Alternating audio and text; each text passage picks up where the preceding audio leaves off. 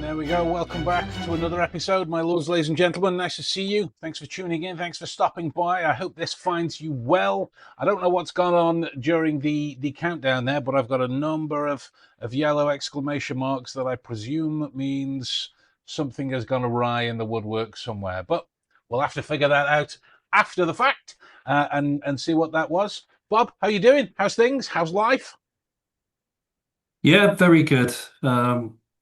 Hot weather continues, forest fires and God knows what else. But apart from that, and a new Prime Minister, everything's fine.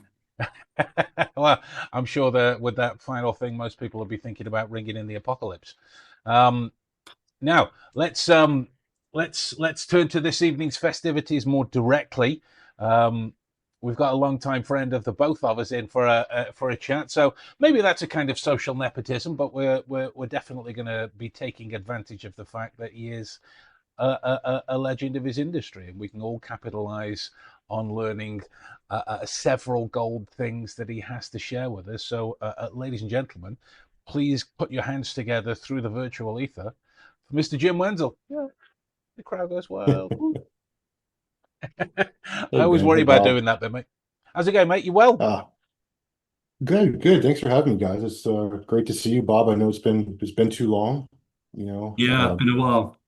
Ben, as usual, it's great to see you. Thanks for having me, and looking forward to having a great discussion with you guys this afternoon, evening, depending on where you are in the world. Uh, yeah, that's it. Wherever it's clocked on. So, I mean, let's waste no time then, mate. Let's waste no time. So, I asked you to pop on with the idea that we were going to talk about the training angle specifically towards your field of expertise, that of protective work. Obviously, there are bleed overs to other areas as well. But if we look at that in as in depth as we can, let's open tonight with at least in my minimal experience, is kind of a misunderstanding in that when it comes to protective work and things of that nature, it's largely physically action, not as in running, shooting, but it's doing things. It is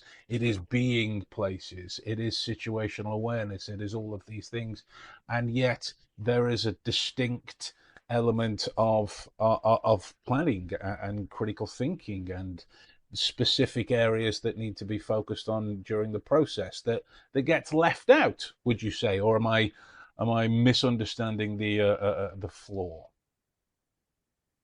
No, I would say you're not misunderstanding anything, right? A lot of folks see like the end result, right? They see the guy in a suit or whatever is out there, and they're like, "Oh, that's really all they're doing."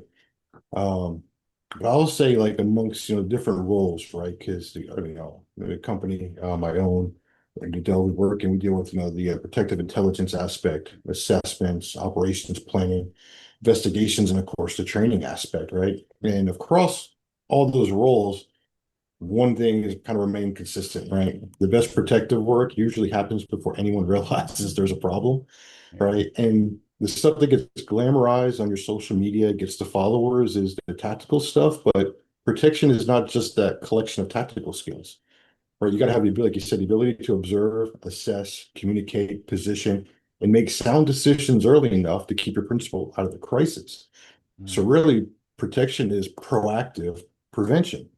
And as you hit on, and I kind of touched on, right, that the public usually sees that through the lens of like the aftermath, right? You see an attack happen on TV or an evacuation, someone having to draw a weapon, or we're walking in a formation, or a physical intervention.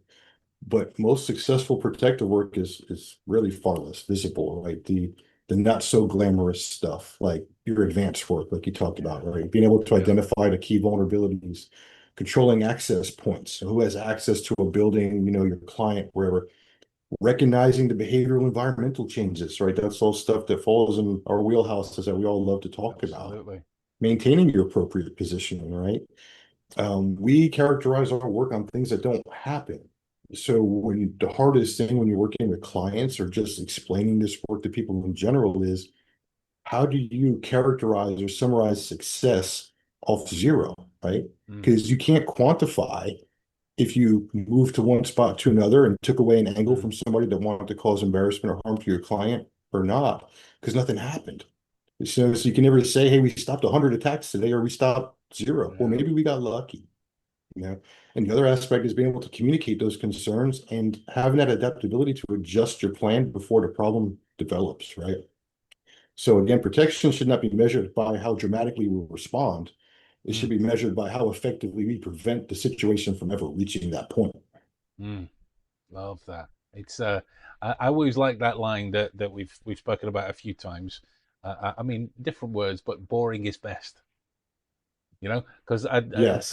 Yeah. at least for me, it kind of sums up that whole thing. You know, that the smooth day at the office, wherever the office might be, Well, that's the is thing the too, ideal right? one It's for all. not even necessarily that, right? When we talk about that, is when I have guys or talk to folks in this and they see all the stuff and it's like, look, the objective here is at the end of the day, the client goes home safe, everyone goes home safe. We didn't have to deal with anything crazy, right? We're always going to be adapting and positioning Of course. all the time. Things are ever changing, the environment ever changes. The ability to hit those curveballs and move without bad things happening is key. But at the end of that shift, right, the end of that day or end of that event, if Mm. you're not mentally and physically just exhausted because you're on your feet and you're constantly processing an environment, and then also having the most significant boring day of your life, you're not doing protection work. Yeah. But if we find ourselves having to go to any of these tactical things we see on social media or in the movies, somewhere along the line, somewhere in the plan failed, right? Other than that person had like a really good plan against you, because the idea of this is our planning is we're preventing against those mitigated things we're going to see, right? What are most Mm. likely things that are going to happen? And we're hardening that, right? We're trying to Yeah. prevent that from happening. So in order for someone to get that drop on us, they had to have planned and outsmarted us. Or two, we got lazy somewhere, right? And we missed Mm. something. You cut a corner on it in advance, or you didn't go check a building. Something happened there in the plan. And a lot of these things we see, and we'll probably touch on this later, Ben, and we were talking about with the polar aspect, and we'll Yes, touch on sir. that framework later, but how things are, preventable within that you can see. And there's so many things you look back on that recent events have happened when we've seen teams have to evacuate a principal or something there, and you look at it and dissect, man, there's little things that could have been done that could Mm. have prevented, mitigated, delayed, or even not had those events happen at all if we were in tune with paying attention to the right thing at the right moment. And that's kind of what we'll probably get in here today with that too, is that's that whole mindset aspect of it, right? Yeah. You have to be a thinker.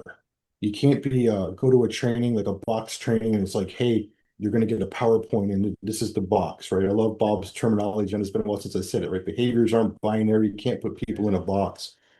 And sometimes you see with trainings is they say, hey, they take this and they throw it on a PowerPoint and it's like, great, we got theory, right? We got foundations. Those are always Mm. good. We learn it in the police academies, right, Bob? We get those foundation parts and Mm. those theory blocks.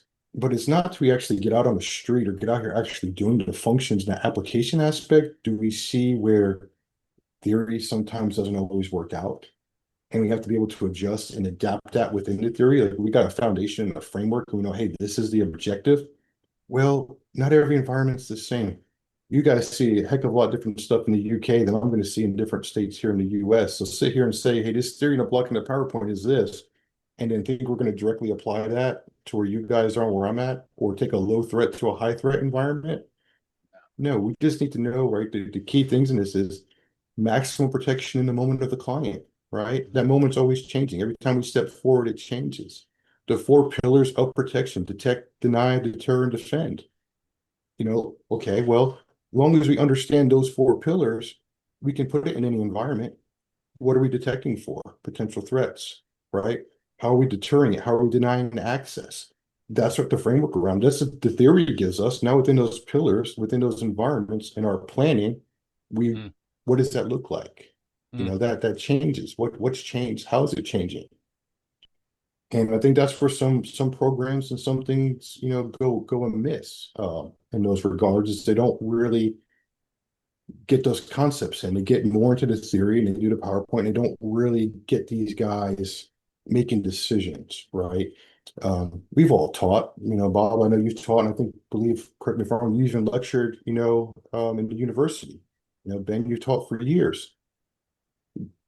Do we want these students to expert? We want them to own it, right? We don't want them to be another Bob or another Ben or another Jim. We want them to be able to take the information that we're giving them, be able to process that information, and they need to be able to respond to these different scenarios and act accordingly with how their brain functions. I don't want them to think or do what I did because, hey, that's how Jim taught it and that's the decision Jim came up with. Okay, well, we can run the same scenario and we'll probably get the same result, but we'll probably have three different ways of getting there between the three of us just because of how we process the information. And there's nothing wrong with that.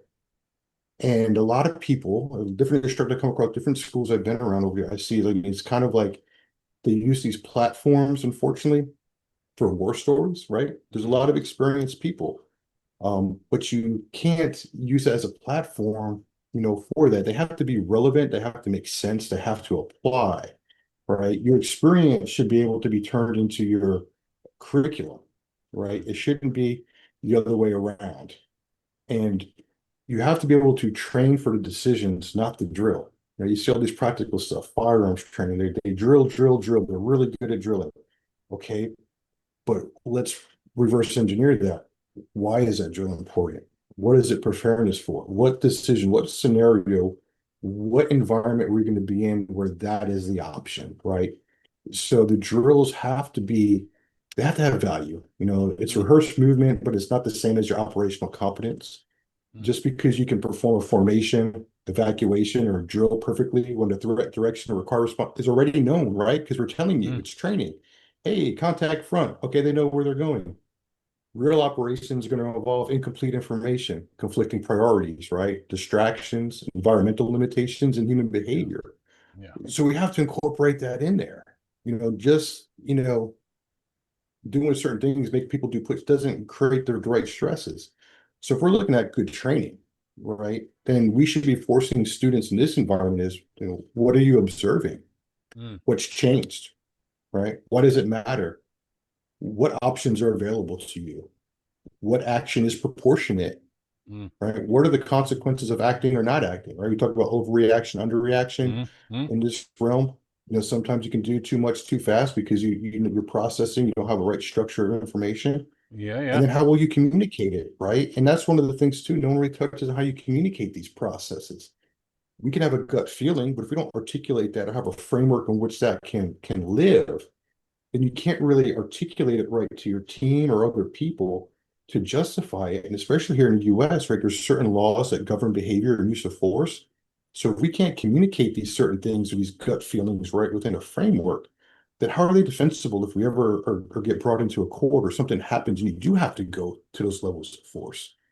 So absolutely. all this stuff has to be taught and trained and understood.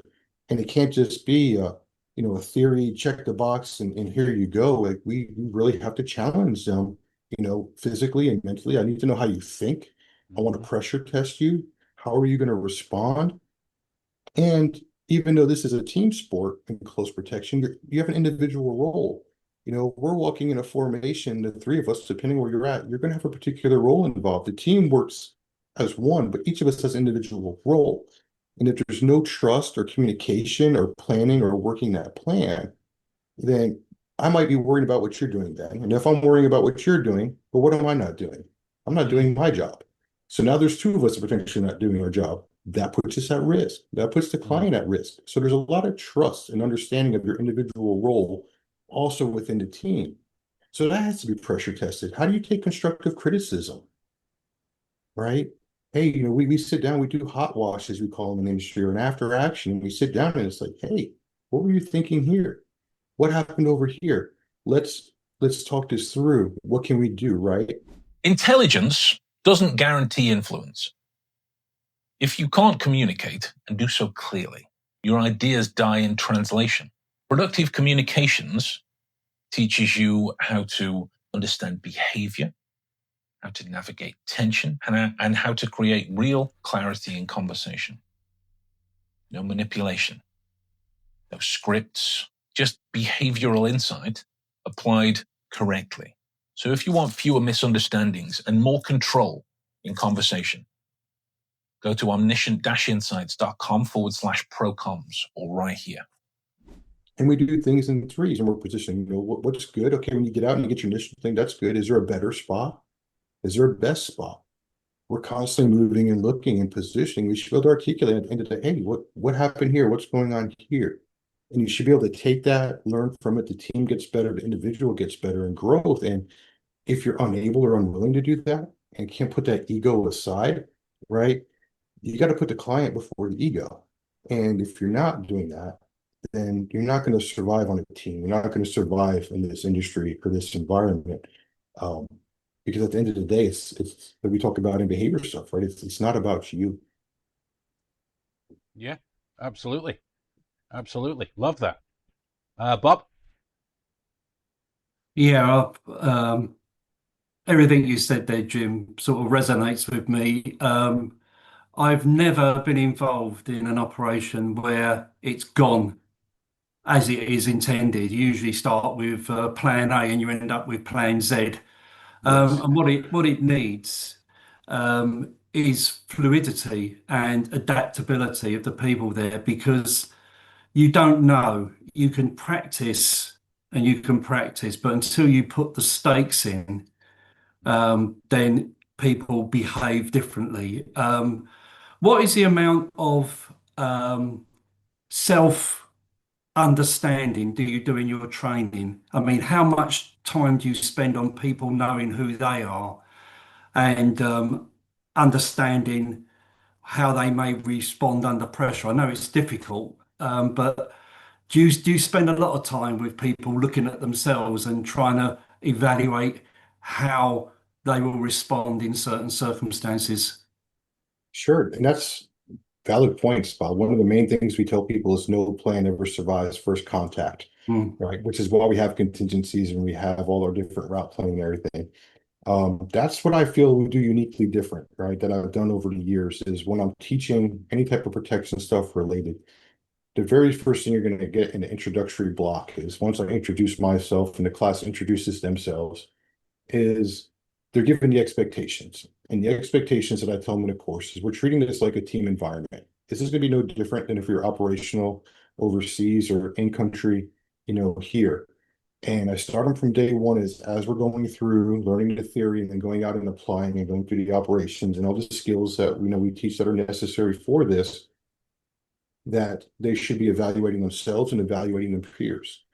So some of the things we do differently is during the course of this, they will get scenarios where there'll be a team leader and they'll be given a scenario and have to do an operational plan. And within that operational plan, they have to pick their team from their fellow classmates. And when they do, and they're giving their ops plan in front of the class, they have to explain why they picked the teammates they did. And the ones they didn't pick, why they left them off. And this is another telling through the course of like the ones that don't get picked and they get told, this is why we didn't pick you. Then that gives them the opportunity, and it gives me as an instructor in a class to see one, how they deal with constructive criticism. mm, Now that they've been identified as maybe a weaker performer or someone that maybe has a poorer attitude, how they correct and adjust, and it allows the rest of their classmates to see. And usually by the end of this, you see there's some that weed themselves out that just it is what it is, right? This isn't for everybody. It's not perfect. It's not meant to be. No different than the police force or anything else we come across. But by this, they start to learn and understand how they work. They start to communicate better. They learn to take in that constructive criticism. They look for that feedback because the main, at the end of the day, what we talked about is putting the team before yourself. And if you're not trying to make yourself better for the benefit of the team, for the mission, for our goal and our role in this, which is protecting a principle, then there's a realization that, hey, this isn't for you and I don't belong here. mm. So it gives them all these tools, and that's challenged from day one every day through to the end of training, because they're going to get rotated through as a team leader in a different role in different positions, and they're going to get through the different scenarios we give them. And a lot of the things I do is I'll stop them and ask, okay, you made this decision, why? And that allows me to gauge how they think, what they're thinking, what they're doing. And they lay out a process like, okay, or some of them will ask questions. I think this is the other thing we do different as well, is we give you a way, not the way, right? Because we said environments change, things change. I need you to think. So when you come at me and you say, that's great, we're learning this. However, what about this? I'm going to say, okay, get in the car, run it, do it the way you want to try it. And then when I get out and do it, it's like, okay, what do you think? Well, I think this kind of, wasn't up to par. We didn't have the right positioning here. Okay, so then can we tweak it? Can we make it better to where it will work? Well, if I did this and this, I'm like, okay, adjust it. Now, what do you think? I said, not great. Is it doable? Yeah. Well, then that may work in this scenario, in this environment. Don't discard that. But now that's part of your plan, right? Again, we were talking about, we want it to be their plan. They have to own it. I don't want it to be my plan. I'm here on that, although we're as an instructor, we're also mentoring, right? We're in that kind of team room environment, like I said, with them. So it's kind of like we're transferring that knowledge, but it's not a, professor, student, teacher, instructor. We're more of we're guides and we're mentors in this with building the skill set, because we want them to be able to function and get this skill-based training, but also be to function independently. They have to grasp and understand it. And you don't get that if you just have someone in front of a classroom talking about their experience and knowledge and saying you're doing this. I don't want more me's. I want individuals that are strategic and think in their own right and can critically think and process. At the end of the day, this is like playing chess, right? Multiple steps ahead. We're thinking about the what ifs and everything there. It's not an easy thing, and they have to be able to do that and be confident in doing that. Wow. Yeah, I mean, 100%. sorry, Bob. Yeah, carry on. Carry on. No, I was just saying, it's I know we're doing it for other people, but just everything Jim is saying. The thing that always annoys me with this type of work or any type of work is you only get to know about it when something happens and when something maybe goes wrong. And then we get, as we do in all areas, the armchair experts coming out and saying, oh, this happened because of this and this. They just don't understand that you cannot, no matter all type of behaviour you're never going to know it perfectly. You're never going to know how someone's going to behave under pressure. You never know, and that's on both sides. And I think that in a lot of ways, it's very easy to debrief something outside of the experience that you've been in. But having been fortunately only a couple of times in things where they haven't gone according to plan, but you just get through it by the edge, by the skin of your teeth. It's very easy to criticize, but what you do, Jim, is extremely difficult because it's a real high risk situation. And it's a high risk situation where you have to be composed and in that moment for a long period, not just for a short span, which is what most people do. The event happens, you deal with it. Yours is ongoing. Yeah, and I think that's the biggest thing with that is especially when you're talking to potential clients or people that want to get into this line of work because of what they see, through social media and through different media outlets. It gives like a false expectation of Yeah. what this really is. People see like a suit or a person, they don't realize that person hasn't moved. They're standing at that corner, but they don't realize how much information they're actually processing, what they're actually doing. It looks like they're standing there doing nothing, but they are looking and scanning and paying attention within their sector, their area. We call that boring part of the job, holes and walls, right? And we usually tell people, like, if you can do that successfully and get through it, then you can start to learn the other parts. But if you can't do the basic boring stuff like that and do that well, then again, this is probably not for you, because you can't switch off. Like you said, you're at an event and you're there and you got hundreds of people and you're tasked with their safety and security. A lapse, so looking down at your phone, something that breaks your attention away from that. All it takes is a split second in time for someone to exploit that, and bad things happen. So no, yeah, unless you're really in it, a lot of people don't really get that aspect, part of it. And you mentioned the behavioral stuff. That's part of this. Having an understanding of the behavioral intelligence. But as we talked about, Bob, it's got to be based on observable behavior, the context, right? The changes from that environment, the access, corroborating information.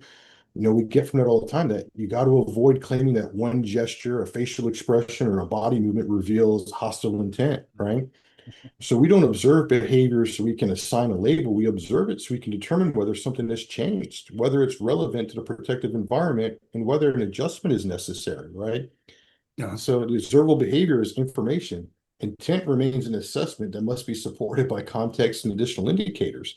And when you mention that to people, they look at you like, what? I'm like, yeah, that's what they're doing. When they're standard, that's what they're doing. They're taking in all that and they're assessing it. And one of the tools and frameworks that we use in that is one that, Ben and I have been working on for the last couple of years. We get into teaching about, polar, and where polar has morphed, where we're at now is, started off, Bob, you're aware of this, is the people, objects, locations, actions, and reasonings, and how that breaks in. Well, within this environment, I utilize it and I teach it as positioning, observable behavior, location, access, and risk. What's your positioning? What are other people's positioning in the environment? What are we observing in that? The location where they at? Are they in or at or near where we're moving with the protective formation or our principles? Is there any access to that? Are the members of the team? And what's the risk of if we do nothing or don't, do something or don't do anything? So what it is what we talked about before is some things that are missing in this is that guys that do this job and doing it a long time can usually read a room very, very well. They have but what they're missing or how things get missed is they don't have a structured framework to assess what's happening. And that's what Polar does and how I teach and what we teach to people is we have to give them that. They should be going, okay, where am I positioned? What behavior can I actually observe? What does the location tell me? Who has access to the principal or this protected space? What level of risk does the total picture present? If we got an individual that's pacing outside of a building, that may be insignificant by itself, right? But that assessment is going to change if the individual is repeatedly watching the principal's entrance, attempts to conceal their attention, changes their whole position when a security personnel move by, and has a possible access route.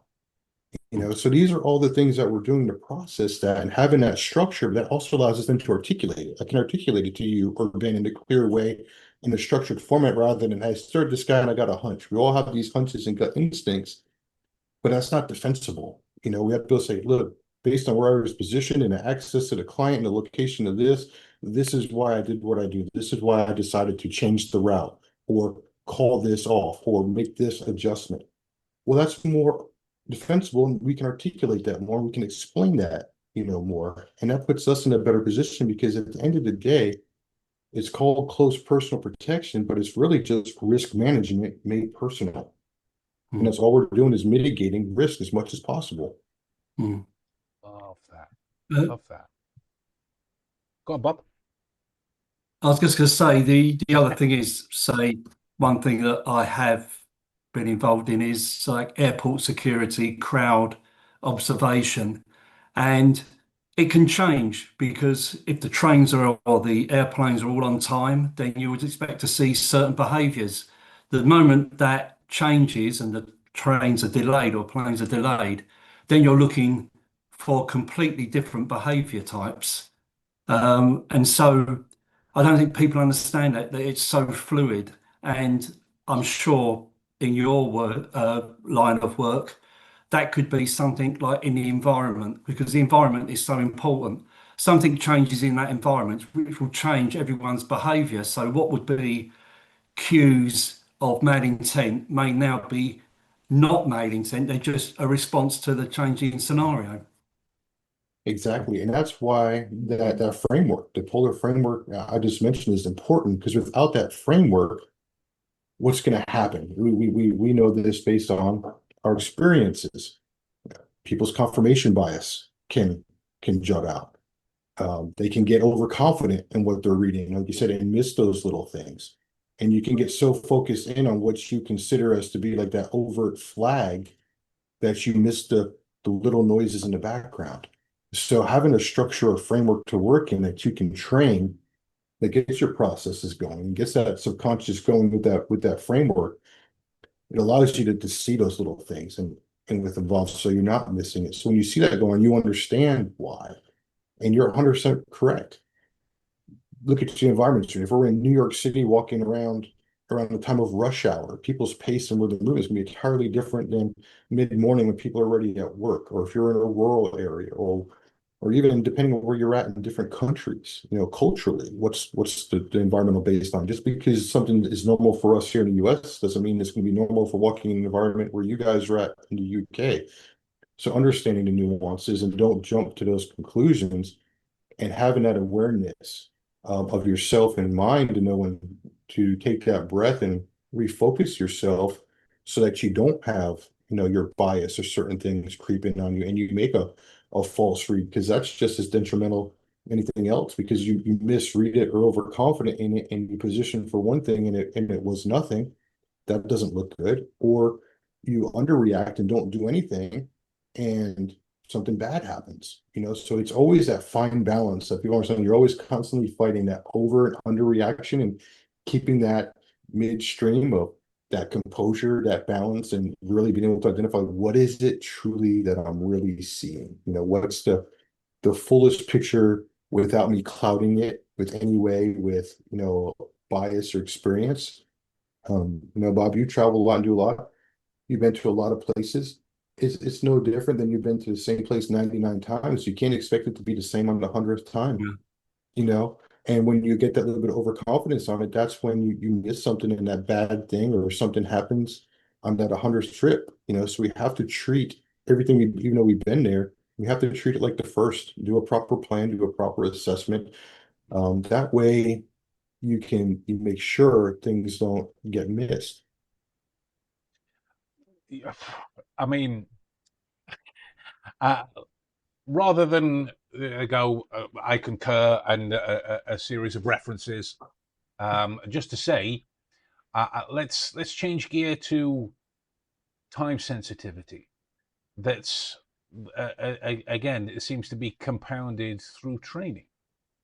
In that, specifically with law enforcement, definitely in a lot of the emergency services en masse, you're given a day, maybe two at the most, to get to grips with new material before it's being rolled out to part of your working world. So maybe you can speak to that aspect in terms of the speed that rolls through, in terms of the impression that it gives for the use of the material when working.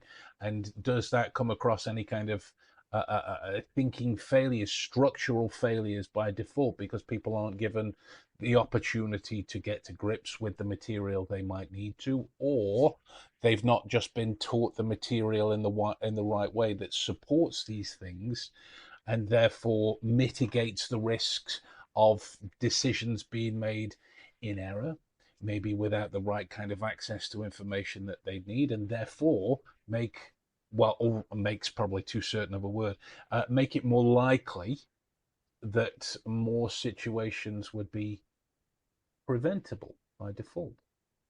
Ooh, that's a loaded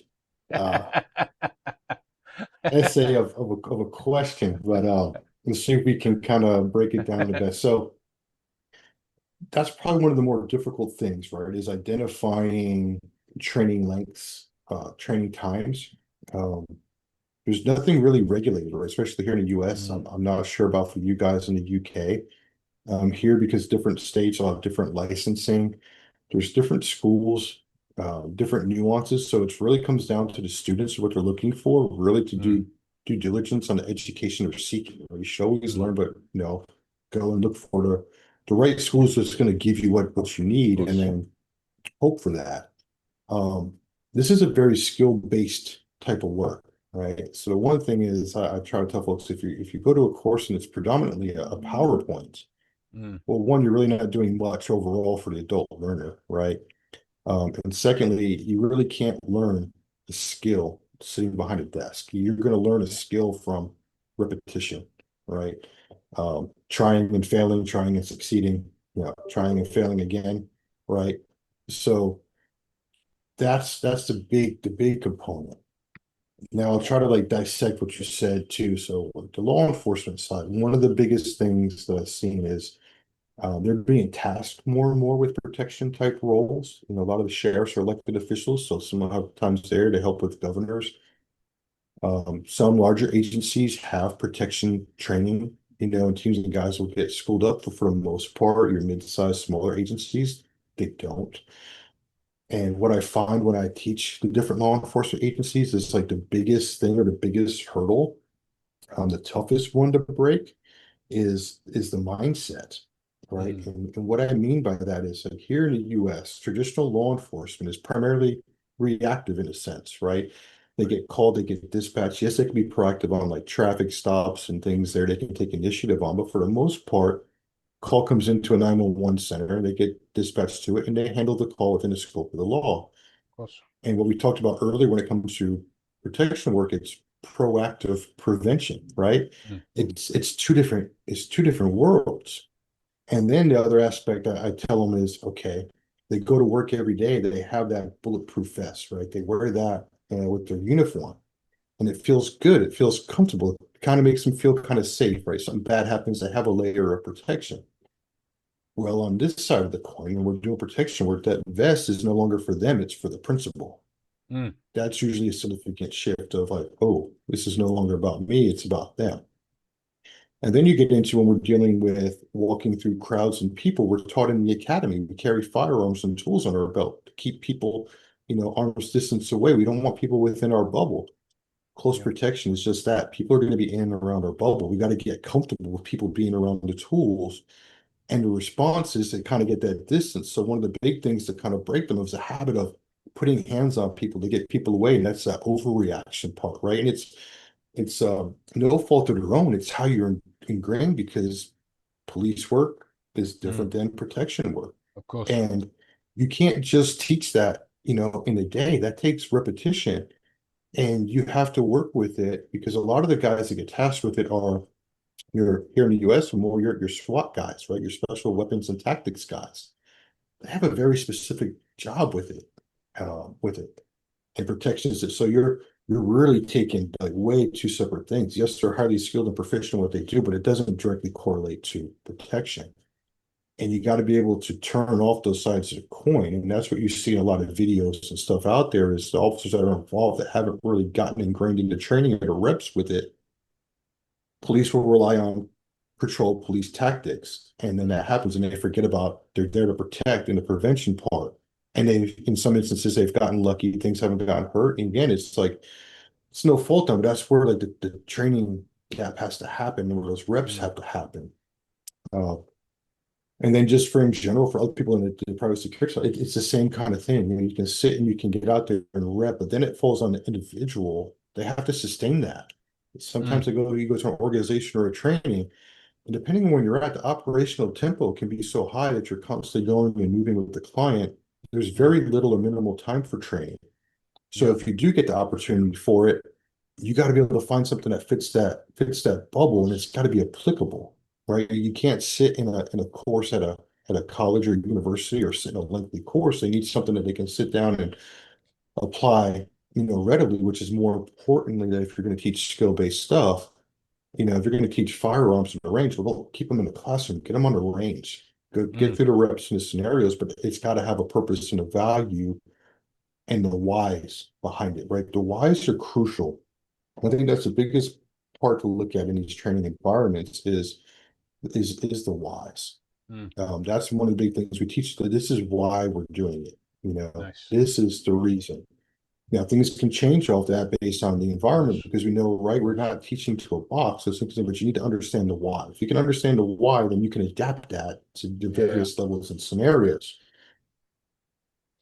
That's one of the big things to combat. I'll talk to folks that have gone to different schools and things there, and challenge or question them on things for basic fundamental stuff. And unfortunately, it's like I have to retrain sometimes, or it's been so long since they've been to a school. it's been a minute since I checked the math on it, but I think if you do like a 40-hour school, and it's like skill based, like a firearms and everything, within the first couple of weeks, you start to lose like 30-40% of what you learned. And then by 6 months down the road, unless you've done something with the skill, you've lost it. So unless you're putting these reps in, right, your mental rehearsals and things there, you're not going to be able to uphold or attain those skills. So if the time does happen, you have to rely on it. Yeah. It's not magically going to appear. Yeah. So that's where it's like if it's communication, if it's utilizing the polar framework, or if it's utilizing your firearms, your driving, your communication, you have to constantly be getting some sort of rep in, get out and talk to people. That's the other part of our job is talking to people. When we're doing our advances and going to hotels and restaurants, our clients don't want to be in public eyes. So we have to really get people that persuasion and influence aspect of understanding people. Of, hey, can we utilize a side door? Or can we put a person here? Not give them, real names of, certain people, because certain people of high value, high net worth, not everyone likes all the time. You go into a restaurant and give your client's name, and next thing you know, it's all over social media. And now when you show up for that dinner, you got all these people blocking the entrance to the restaurant. That's a whole nother problem you got to deal with, right? So those fall into how do you plan? Well, part of that plan is your communication, being discreet. There's so many elements and layers to protection, within that have to be understood and comprehended. And that's where I think you see things too, where we do different too. We break down all these different components. We can get really granular. We do a longer academy type program, but then we break down certain specific parts we pull out, or we can just focus on each particular section with it to give them that. They can get that sustainment. They can get that 3-day course or something and get those skills and hammered out and get back out there. And especially when we're working out, some guys come up to them, hey, I need more help on advanced work. Sure, we can sit down and we'll go do it. But guess what you're doing after you get a quick point of how it works and how they work? You're going out there and you're getting scenarios you're going to do. You're going to go do advances. You're going to go do your route plan. You're going to go do your contingencies. You're going to go look for all these different elements, which is like a 7-page document. Yeah. And you're going to learn to do that. You're going to get proficient in that course time, because that's what you're going to get is those reps. No different than anything else. Your site survey, same thing. You're going to learn how to do that, the purpose, the meaning, the why, and the reps behind it. So when you go out there, one, you're marketable to a potential employer, but you're also capable and competent and confident in doing the job. Love that. Now we, as it comes to the end of our time, I'm gonna try something out that I've never tried with people before. We have this kind of unwritten tradition where we press folks for their kind of Jerry Springer final thoughts-esque position on the material that we've spoken about. But the short version of the story I saw a while back, Stephen Colbert did this thing called the Colbert Report, where he would ask his guests frustratingly open questions. And given that we all function in one way or another through the questioning or delivery of questioning methods towards people, I thought it would only be prudent to create some even more frustratingly open questions about the material that we've been speaking about, to really see where it is that, well, I created the question, so I get out of this one scot-free, to see where you guys go on the material. Okay, and if you guys like this, let us know. If you don't, let us know as well. I'm kind of flying by the seat of my pants. It was an idea, and I will try it out. So, fellas, again, frustratingly open. What's the best technique?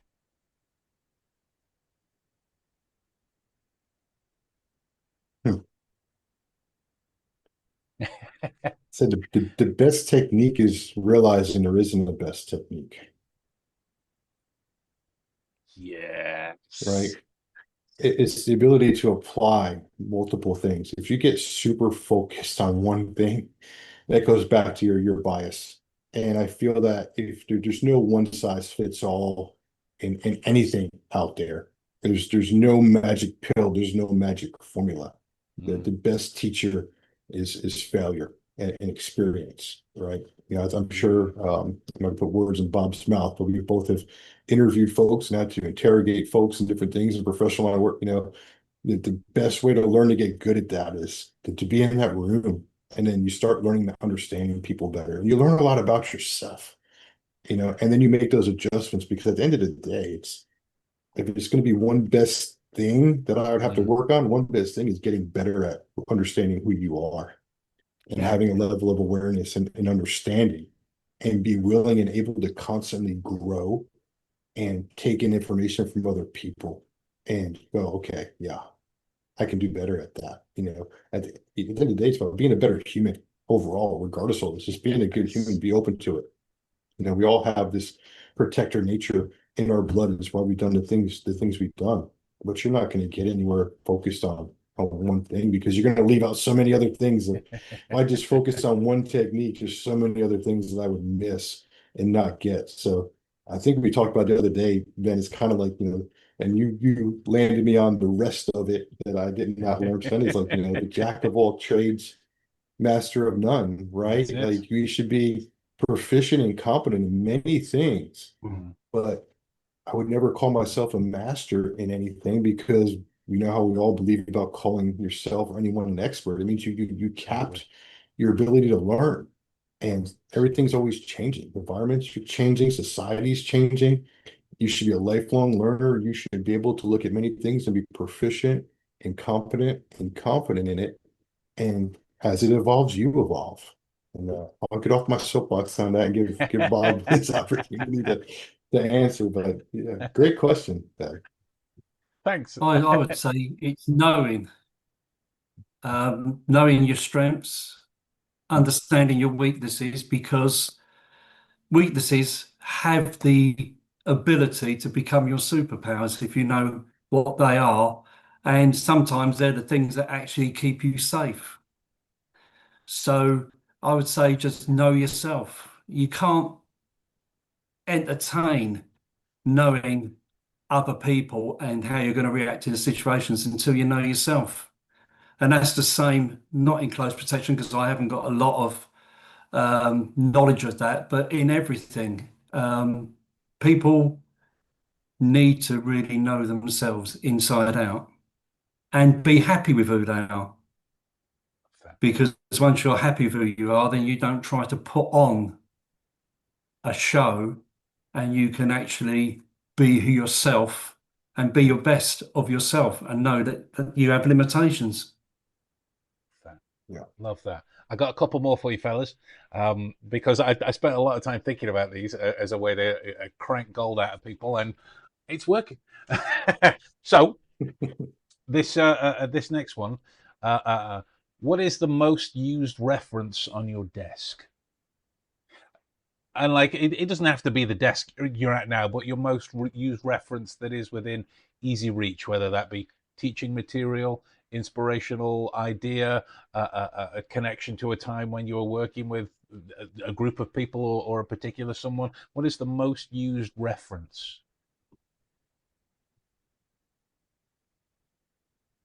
Oh, I would have to say, for me, one of the things I keep a note on, and it keeps you in check, right? Because you need to have some humility in this work. One of the key things I say and tell people is, the principal should never pay for the protector's ego. oh, that's magical. Yes. Love that. Love that. Bob?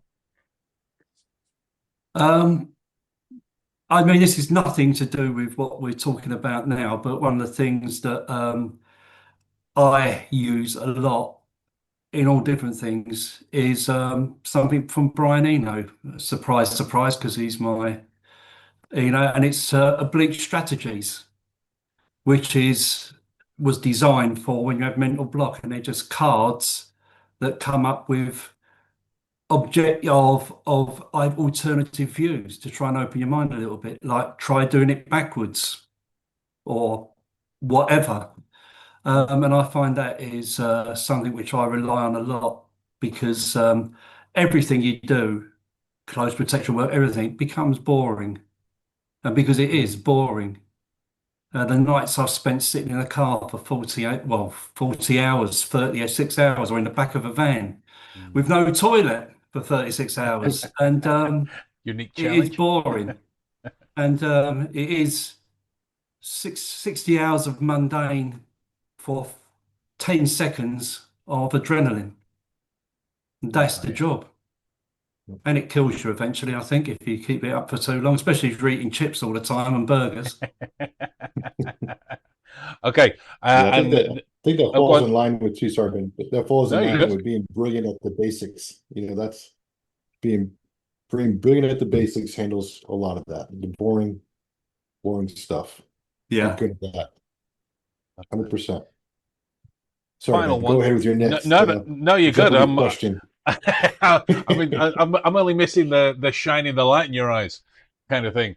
I've not got a bad cop or a good cop to bounce off of. The final one, fellas. What is the detail that people walk past every day that they really shouldn't? Ooh.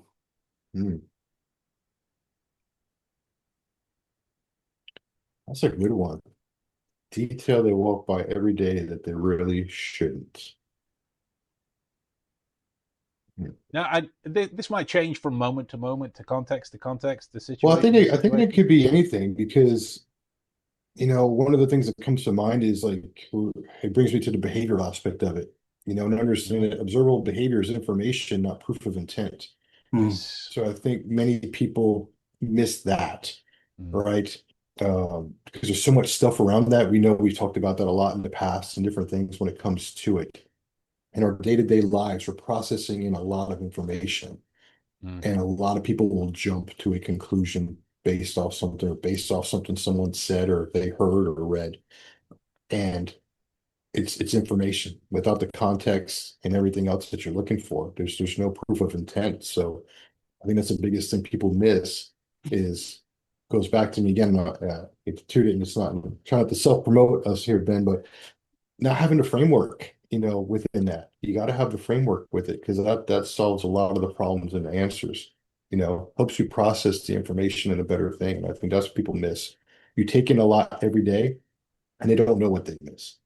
that's it. Because there's no framework for them to go by to be able to adjust what they've acknowledged or not. Bob? I can't really add anything more than what Jim said, really. I mean, we're on autopilot most of the time, and we need to snap out of that and actually Mhm. look and see. But be, like Jim says, not just like with behavior, not everything means something. So Mm, there's going to be a lot of information that you can take in that's just totally irrelevant, mm, but you won't know that until you've taken it in. absolutely. Absolutely. So, um, I know that people will be dying to learn more from you, Jim. Where can they get in touch with you if they should feel compelled to do so? Well, for one, I think Bob posted this, and this will be on LinkedIn, so you can find me there. You can find me on LinkedIn. Feel free to connect. I'm always looking to connect with like-minded people. If you're seeking anything, connect with me. Send me a message. Our website, www.procipherps.com is another way. Send us a message and a link. You can find us at ProCipherPS on Instagram through our social media platforms and reach out there. We're usually readily and pretty available as far as that's concerned. Um, and you can track us there. And then are we doing closing remarks now, Ben, I'm assuming? Yes, sir. Would You you are. like to go over here? All right. So I hope one, we were able to touch on some things. Hopefully we answered some questions and maybe clarified some stuff more than muddied the waters and reach out. But I'll leave you with this. The close protection profession is not going to improve simply by adding more tactics, more equipment, or more impressive terminology on it. It's going to improve when we develop professionals who can observe without immediately assuming, assess with allowing our ego to interfere, communicate clearly, make defensible decisions before a situation becomes a crisis, right? Ultimately, close protection is about people, right? We hear hard skills, soft skills. People, hey, no one teaches soft skills. Well, that's because they're hard, but they're human. their human skills. And that's one of the things I feel that hasn't really been talked about, understanding the human skill aspect, right?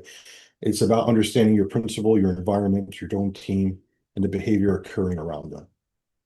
So when we train those elements together, we're going to produce professionals who are not merely prepared to react. We're producing professionals who are capable of preventing the reaction from becoming necessary. Love that. With that in mind, folks, we shall love you and leave you. Don't forget to subscribe to the podcast if you haven't already, and make sure you stay tuned for part 2, because we've got more to discuss. I think it's pretty clear. So yeah, we'll see you very soon. Take it easy. Thank you, guys. Appreciate your time.